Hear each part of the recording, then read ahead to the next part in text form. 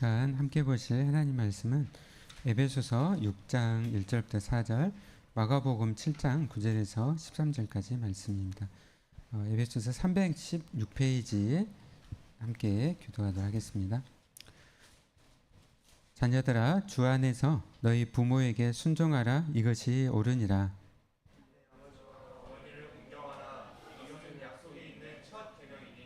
이로써 내가 잘되고 땅에서 장수하리라.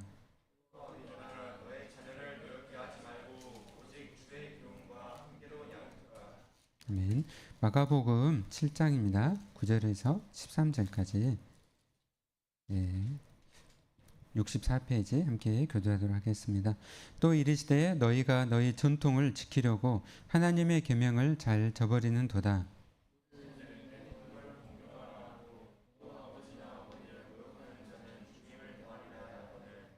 너희는 이르되 사람이 아버지에게나 어머니에게나 말하기를 내가 드려 유익하게 할 것이 고르반 곧 하나님께 드림이 되었다고 하기만 하면 그만이라 하고,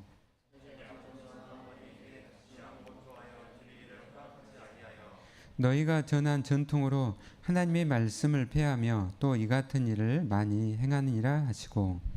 아멘.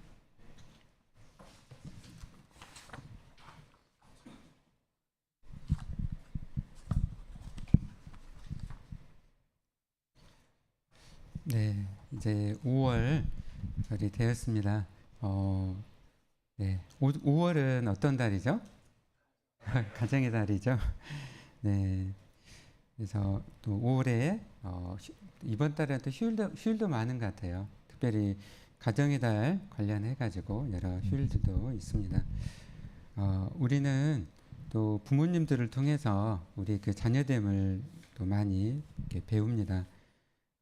근데 이제 요즘 또 가정들마다 또 힘든 가정들도 많고 또 거기에서 더 나아가가지고 그런 역기능적인 또 가정들도 또 많이 있는 것을 보게 됩니다. 그 속에서 자녀들이 많은 또 어려움과 또 상처를 또 가지고 이렇게 자라가게 되죠. 그래서 그 가운데 좋은 그러한 자녀됨에 대해서 또 제대로 이렇게 배우지 못하는 경우가 많이 있습니다. 근데 이제 성경은, 하나님의 말씀은 우리가 이 자녀됨에 대한 굉장히 단순하면서도 또 충분하고 최고의 가르침을 우리에게 말씀을 하고 있다는 것입니다. 가정은 여러분에게 무엇입니까? 네, 가정은 뭐예요? 여러분에게? 네, 중요합니까? 네. 네, 우리 이루고 싶은 목사님도 계신데요. 네, 가정은 너무너무 중요하죠. 그래서 인간의 삶이 가정에서 시작되죠. 창세기에도 창세기 1장부터 이미 가정이 시작되잖아요. 그래서 하나님이 천지를 창조하시고 또 하나님의 형상을 따라 또 남자와 여자를 창조하셔서 또 가정을 이루게 하셨습니다. 그래서 그 가정을 통해서 하나님의 나라를 또 이렇게 시작을 하셨죠. 그래서 성경은 가정을 굉장히 강조를 합니다. 그래서 우리가 교회를 섬기면서도 또 우리가 속한 가정들도 잘 돌봐야 되겠죠. 하나님의 나라는 가정과 교회를 통해서 세워져 갑니다. 그래서 사람은 이 세상에 태어날 때 가정에서 태어나잖아요. 그렇죠? 가정에서 태어나고 그래서 사람이 생육하고 번성하게 됩니다. 또 특별히 크리스찬 가정 같은 경우에는 또 하나님의 기름 부으심 가운데서 우리 자녀들이 하나님의 그러한 백성으로서 또 이렇게 자라가게 되는 거예요. 그러니까 세상의 가정들과 크리스찬 가정이 다른 것은 하나님의 기름 부음을 받는다는 거예요. 그래서 가정의 부모님들이 또 가정의 제사장으로서 자녀들을 위해서 이렇게 기도하시고 또 말씀으로 가리키면서 양육하는 가운데 가정 안에서 우리 자녀들이 하나님의 그 백성다움을 배우면서 자라게 된다는 것이죠. 또 부부간에도 가정을 통해서 서로 이렇게 기도하고 서로 세워주는 가운데 또 그러한 더욱더 신령한 인격으로서 성장하고 발전해 가는 것이 가정이라고 할 수가 있습니다. 네. 그래서 이 부부의 관계도 사실 죽으면은 이 땅에서 삶은 사실 끝나잖아요. 예. 그러나 그 또 천국에 가서 이 땅에서의 그 부부로서 맺어졌던 관계는 사실 이 세상으로 끝나게 돼요. 예. 그러나 우리가 이 땅에서 함께 나누었던 그러한 하나님 나라 가운데 영원한 그러한 세계에 대한 부분들은 이어진다는 거예요. 네. 그래서 얼마나 가정이 중요하고 특별히 우리가 크리스찬 또 부부로서 가정이 또 중요하다는 것을 우리가 깨닫게 됩니다. 하나님께서는 이 가정을 통해서 우리가 이제 결혼을 하고 자녀를 낳아서 그러한 생물학적인 생육과 또 번성을 하게 되죠. 근데 가정은 그러한 데에만 목적이 있지를 않는 것이죠. 하나님께서는 가정을 통해 하나님의 영광을 드러내시고 또 구원을 이루시며 거룩하신 그 뜻을 또 이루게 하시는데 그 가정에 참된 목적이 있습니다. 요즘은 이제 결혼하면 7쌍 중에 1쌍 정도는 불임 부부라고 해요. 예, 그래서 그런 그 이렇게 자녀가 없는 가정들도 사실은 많습니다. 예. 그러나 하나님께서는 꼭 그 가정 안에 자녀들이 없다 하더라도 그 가정을 통해서 하나님의 영광을 드러내시고 그 거룩하신 뜻들을 가정을 통해서 이루 가시는 거예요. 예. 그래서 가정은 하나님의 그릇으로 귀하게 사용된다는 것을 여러분 늘 기억하시길 바랍니다. 이 가정 안에서 하나님의 은혜와 그 영광을 드러내는 사람들이 크리스찬 가정에서 나오게 돼요. 예. 여러분 기독교 역사의 2000년 역사에서 또 가장 개신교나 캐톨릭 같이 함께 그 존경하는 인물이 있어요. 성 어거스틴. 그 어거스틴은 그의 어머니 모니카의 기도로 자랐어요. 그러니까 뒷부분에 그러한 귀하게 쓰임 받았던 훌륭한 사람들은요, 부모님들의 그런 기도를 통해서 또 그 말씀과 양육을 통해서 자랐다는 것이죠. 예. 그래서 오늘 이제 가정의 달을 맞이해서 특별히 이제 복음으로 세워지는 그 가정에 대해서 말씀을 나누도록 하겠습니다. 오늘 이 6장의 말씀은 에베소서 5장 말씀과 그대로 연결되어 있어요. 그래서 5장은 그 결혼과 부부의 그런 관계에 대해서, 그리고 6장은 부모와 자녀의 관계에 대해서 말씀을 하고 있으니까 가정에 대해서 말씀을 하는 것이죠. 근데 그 첫 머리가 시작이 에베소서 5장 1절과 2절로 시작이 되고 있습니다. 우리 앞에 에베소 5장 1, 2절 함께 읽어볼까요? 네, 시작. 그러므로 사랑을 받는 자녀같이 너희는 하나님을 본받는 자가 되고 그리스도께서 너희를 사랑하신 것 같이 너희도 사랑 가운데 생활하.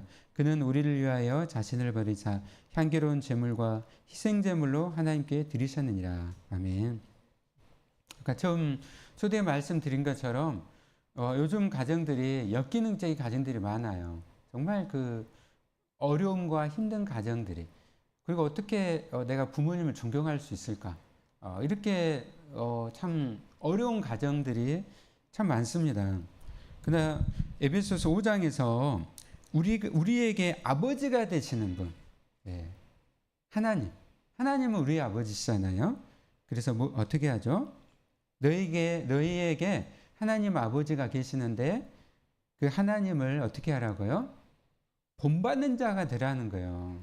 내가 가정 안에서 나는 정말 부모님 본받을 것이 하나도 없습니다. 그렇게 말하는 분들이 있을 거예요. 그러나 우리에게 정말 우리를 이 땅에 보내신 분, 우리에게 인격을 주시고 우리에게 생명을 주신 분, 우리 하나님께서 아버지께서 이 땅 가운데 우리를 보내셨죠. 그래서 그 하나님을 본받는 자가 되라는 거예요. 그 하나님께서 우리를 위해서 어떻게 하셨죠? 2절에서 하나님의 아들 독생자 예수 그리스도를 이 땅에 보내셨습니다. 그리고 우리를 위해서 자신을 버리시고 향기로운 제물과 희생 제물로 이렇게 드리셨다는 것이죠.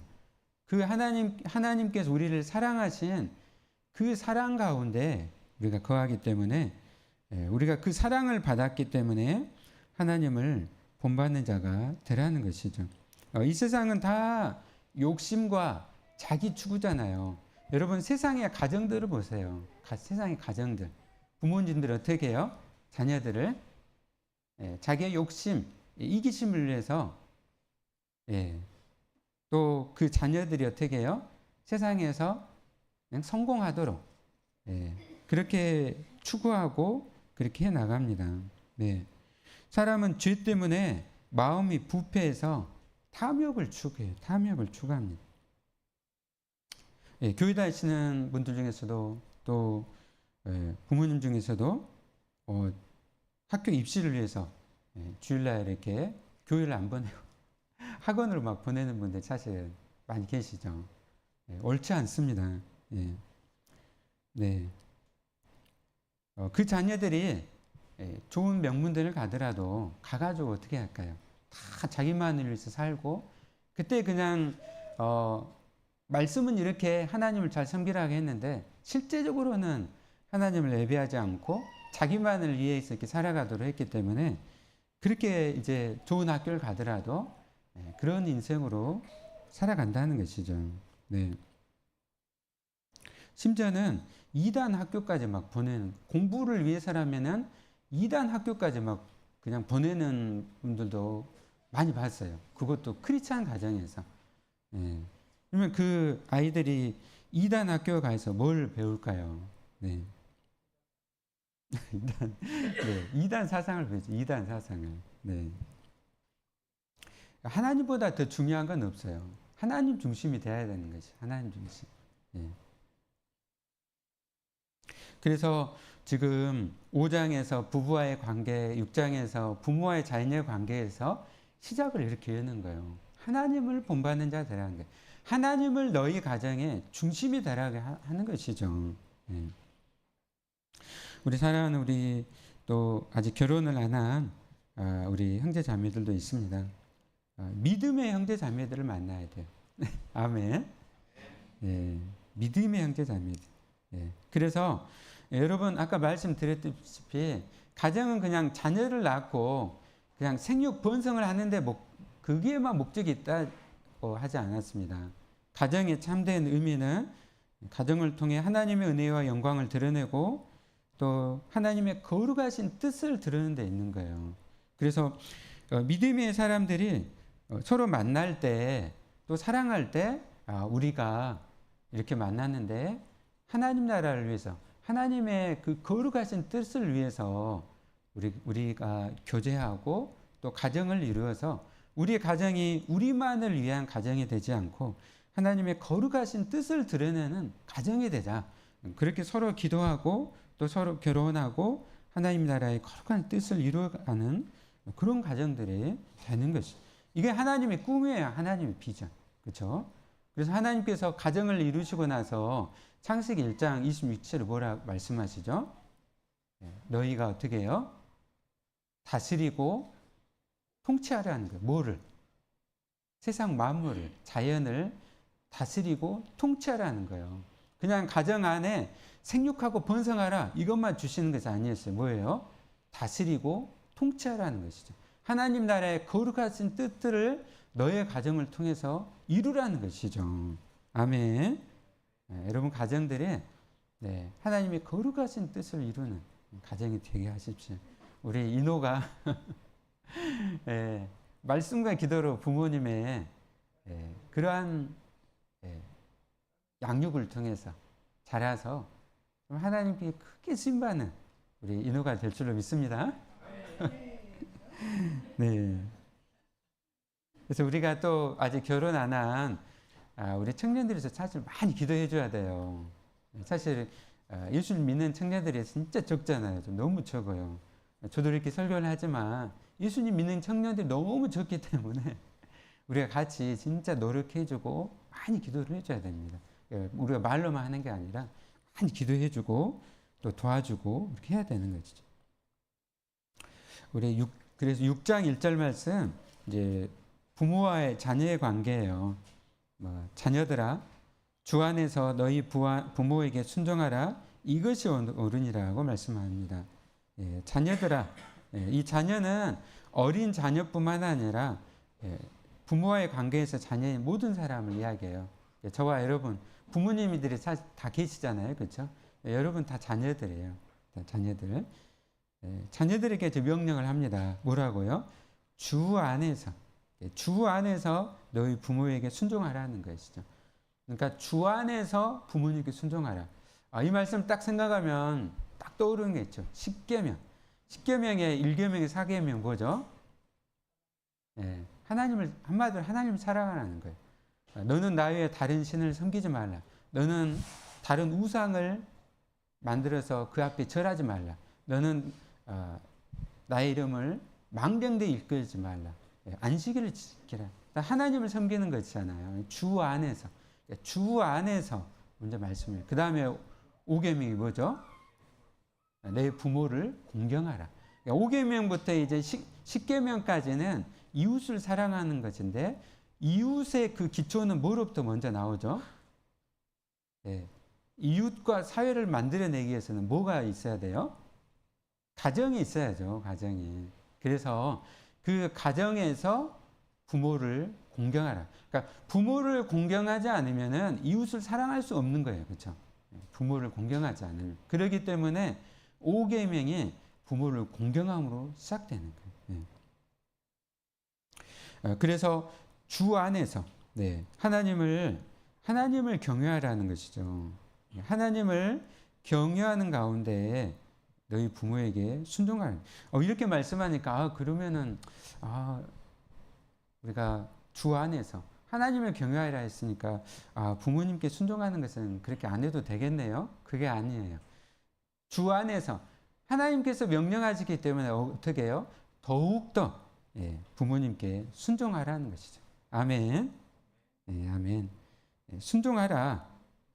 이것이 옳은 자. 여러분 순종하는 이유가 뭐예요? 부모님께 순종하는 이유가 따로 있습니까?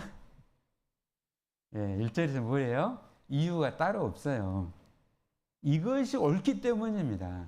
이것이 옳기 때문에 부모님께 순종하라는 것이에요. 근데 이제 순종과 공경에 대해서 말씀을 해요. 우리 2절 말씀 같이 읽어볼까요? 시작. 내 아버지와 어머니를 공경하라. 이것은 약속이 있는 첫 계명이니. 아멘.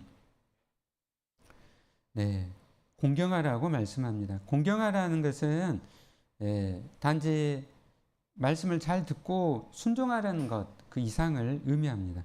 그러니까 순종하다는 것은 외적인 행위죠. 말씀을 하면 내가 그냥 이렇게 응답하고 순종하는 것. 근데 공경하다는 것은 헬라어로 티마오예요. 티마오.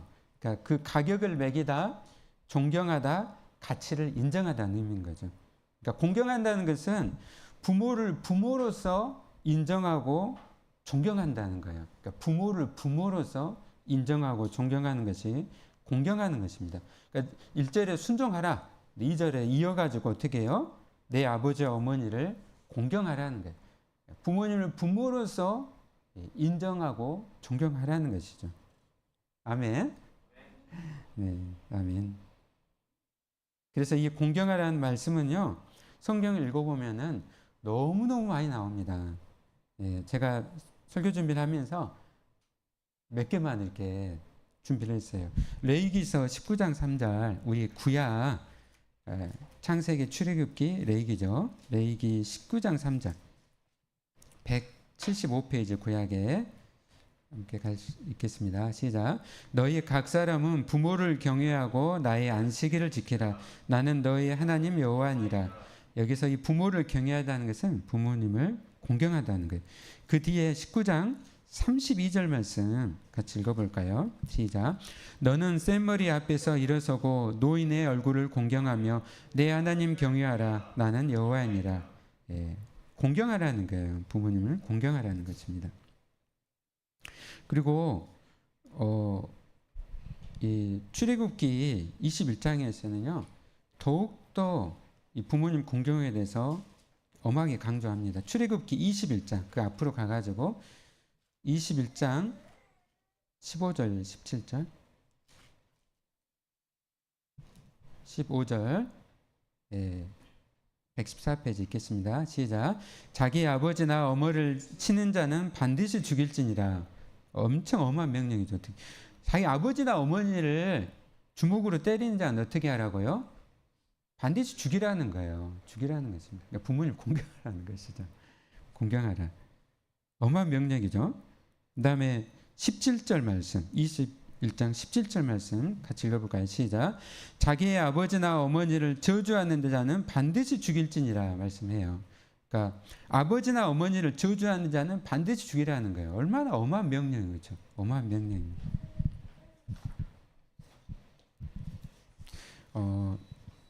굉장히 부모님을 공경하지 않는 자에 대한 말씀이 매우 무섭다는 것을 우리 말씀도 보게 돼요.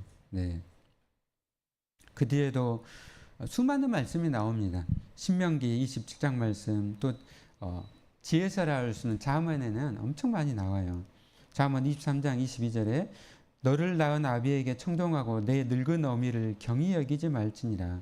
네. 그래서 우리는 하나님께서 세우신 권위자인 부모를 공경하는 것이 또 하나님께서 얼마나 중요하게 이렇게 명령하신 그런 계명인지를 이해하게 됩니다. 여러분 구약만 막 그렇게 말씀할까요? 신약에도 예수님께서도 말씀하셨습니다. 우리 아까 읽었던 말씀이죠. 마가복음 7장 9절에 13절 말씀에서 바리새인들이 이렇게 이야기하는 거예요. 우리가 고르반, 그러니까 마땅히 부모님께 이렇게 섬기면서 또 부모님이 이렇게 연세가 많아서 어떤 생계를 할 수 없으면 부모님께 어떻게 해요?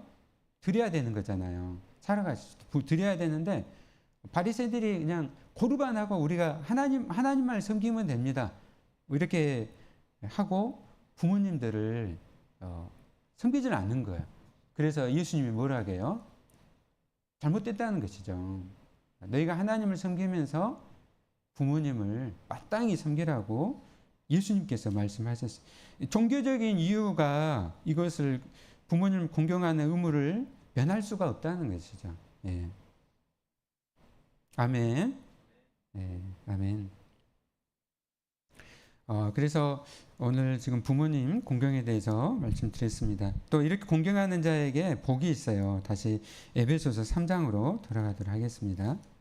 에베소서 6장 3절 말씀 같이 읽어볼까요? 시작. 이로써 내가 잘되고 땅에서 장수하리라. 예, 아멘. 예, 오래 산다는 표현은 장수한다는 표현은 어떤 뜻일까요? 이것이 기계적으로 문자적으로 그냥 오래오래 사는 것, 장수한다는 의미일까요? 이것은 예수 그리스도 안에서 하나님의 그 축복을 충만하게 누리고 산다는 거예요. 예, 아멘. 예, 그래서 부모님을 공경하는 자에게는 하나님 나라의 그 축복을 다 우리에게 충만하게 부어주신다는 것이죠.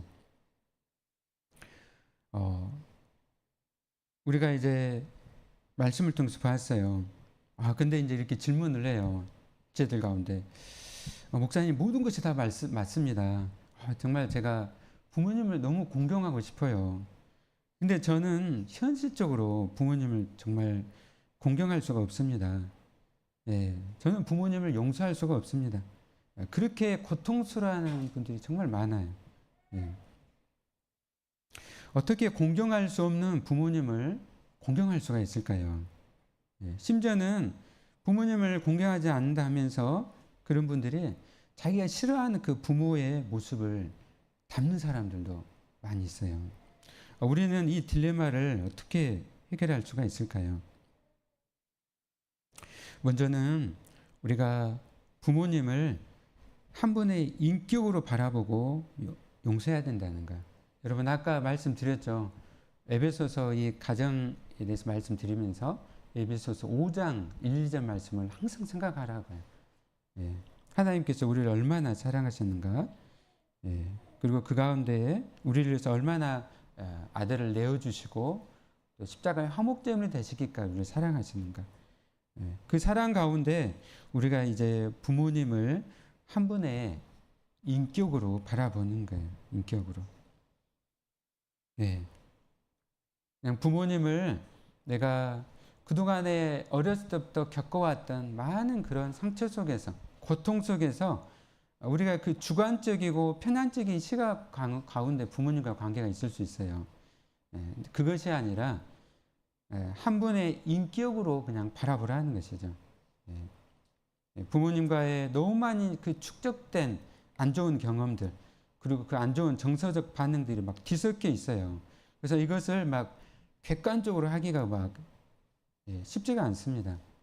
그런데 한 분의 인격으로서 그냥 부모님 생각하라는 거예요. 하나님의 형상으로서 부모님을 생각하라는 것입니다. 네.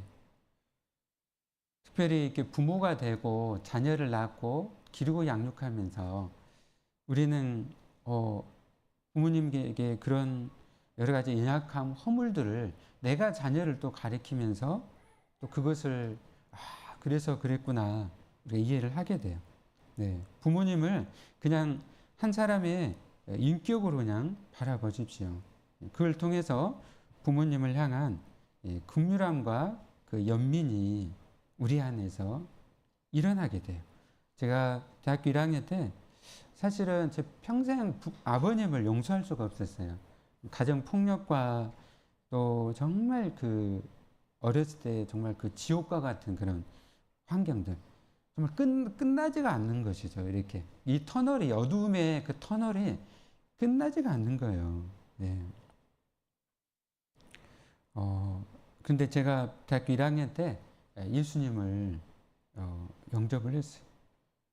제가 사실 정말 그 중학교 때 너무 그 어머님이 많이 맞으시고 이렇게 가정 폭력이 있다 보니까 제가 어머니를 보호하기 위해서 아버님을 크게 그냥 밀쳤어요. 예. 정말 아버님에 대한 미움들 늘 자리 잡고 있었죠.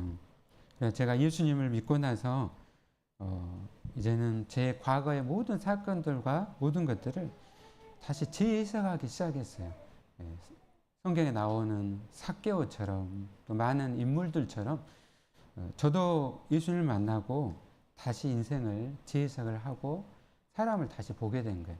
그러니까 아버님과의 그 관계 속에서 안 좋은 감정들과 이런 부분들이 아니라 그냥 아버님을 한 분의 그냥 인격으로 바라봤습니다.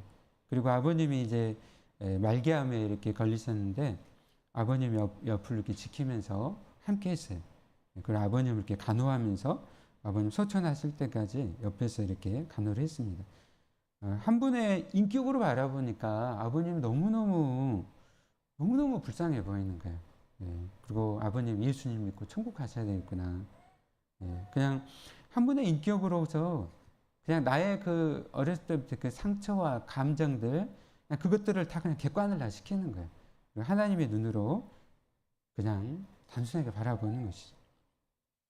그리고 이제 그 부모님을 용서하는 것이죠. 하나님께서 나 같은 죄인도 나를 위해서 아들이신 예수님을 보내시고 십자가까지 사랑하셨는데 내가 그렇게 용서를 받았는데 부모님을 용서를 해야 되는 것이죠. 네. 이 용서하는 일이 근데 부모님이 돌아가셨어요. 이미 소천을 하셨어요. 어떻게 해야 될까요? 내 안에 그런 용서를 해야 되는데 이미 소천을 하셨어. 네. 그러면 하나님 앞에 여러분 기도하시고 해야 돼요. 하나님 앞에 기도하고 또 네. 그리고 제가 좀 경험을 했던 건데요. 저는 남아 있었던 그 용서에 대한 부분이 여전히 용서하지 못했던 부분들이 좀 있었어요. 그 부분을 제가 선교훈련을 받으면서 80이 넘으셨던 우리 선교사님이 계셨어요. 제 리더가 계셨는데 제 인생을 이야기를 하면서 이야기를 하니까 그 선교사님이 이제 80이 넘으셨어요. 근데 본인한테 이야기를 하래요. 그래서 제가 못다한 이야기를 그분한테 이야기를 선교사님께 이야기했어요. 그리고 하나님께서 모든 것을 다 이렇게 치유하고 회복하시는 것을 경험을 했습니다. 우리가 인격으로 바라보고 그리고 그 다음에 되게요 용서를 해야 되는 거예요. 근데 이미 다 소천을 하셨어. 예, 그럼 하나님께 기도하시고 그 대신해서 이렇게 고백할 수 있는 게 고백해도 좋아요. 예, 저와 같은 목회자에게 또 사모님께나 고백하는 것도 좋습니다. 예, 그 가운데 치유와 회복의 역사가 일어나는 거예요. 예. 그리고 우리가 살아있을 때 예, 이렇게 용서하고 그 다음에 소통과 사랑까지 이어졌으면 좋겠습니다. 이제 관계가 회복되는 가운데 소통의 길로 나아가는 것이. 여러분 그 눈이 부시게라는 드라마를 혹시 보셨어요? 우리나라 국민 어머니라는 김혜자 김혜자 권사님이신가요? 그 소감 발표를 이렇게 하실 때 하나님께 영광을 돌리면서 하셨는데 눈이 부시게라는 그 드라마를 안 보신 분들 한번 보십시오. 네. 그 아들에게 얼마나 무섭게 아들이 장애가 있거든. 쩔뚝발이를 하는데 엄청 엄하게 해요. 그래서 아들이 엄청 큰 이제 상처를 받고 우리 어머님 나를 진짜 사랑하지 않으신 분이다. 그러면서 이렇게 살아가는데 이제 나중에 다 깨닫게 되죠. 예, 아버님은 일찍 여의게 된 거예요. 그러니까 1970년대에 민주화운동을 하면서 아버님이 일찍 잡혀가지고 고문당하고 죽는 거예요. 그래서 이 아들을 강하게 키우기 위해서 이렇게 엄하게 강하게 키웠던 거예요. 나중에 이제 어머니의 사랑을 깨닫게 되고 또 어머니와 그 사랑 가운데 있게 되죠. 예. 이제 그러한 가운데에 이제 용서하고 또 소통하고 사랑의 관계로 들어가는 것이죠. 예. 사랑하는 여러분, 여러분의 가정들에 또 정말 좋은 또 부모님의 사랑 안에서 또 자라는 우리 지체들도 참 많을 것입니다. 그러나 또 반면에 많이 너무 힘들고 어려운 가정 가운데 또 자란 분도 계실 거예요. 예. 여러분, 오늘 이 말씀 부모님을 공경하라. 사실 이것만 나누면은 근데 너무 힘든 지들이 많기 때문에 우리가 은혜 가운데 또 우리가 정말 더 깊이 또 나누었습니다. 부모님과 또 내가 크리스찬 가정으로 살아가고 있는데 부모님과 정서적인 공감이 너무 안 됩니다. 부모님과 대화가 안 됩니다. 그런 지체들 있으신가요? 그러면 부모님한테 한번 물어보세요. 엄마, 아빠 물어보는 거예요. 혹시 어렸을 때 어떻게 힘든 일이 있었냐고 이렇게 물어봐요. 그러면 뭔 그런 걸 나한테 물어보냐 이렇게 하는 분도 계실 텐데 솔직한 이야기 좀 계실 거예요. 나 어렸을 때 이렇게 힘들고 어려웠다. 그렇게 이야기를 하면서 대화가 나눠지는 거예요. 소통을 하는 거예요. 그래서 우리 아버님이 우리 어머님이 이렇게 지금 행동을 하시고 이렇게 하시는구나. 이해가 이제 되는 것이죠. 이제 이해가 되면서 서로 이제 관계 속으로, 사랑의 관계 속으로 들어가는 것이죠. 사랑하는 여러분, 여러분은 하나님의 크신 사랑 가운데 또 거하고 있는 하나님의 자녀들입니다. 아멘. 또 하나님께서는 또 여러분들을 통해서 여러분의 부모님을 축복하고 또 그 선한 영향력들이 흘러가길 너무 기뻐하셔요. 그리고 성령님이 여러분 안에 거하셔서 그것을 가능케 하실 거예요. 저는 불가능합니다. 여러분, 하나님께는 불가능이라는 건 없어요. 없습니다.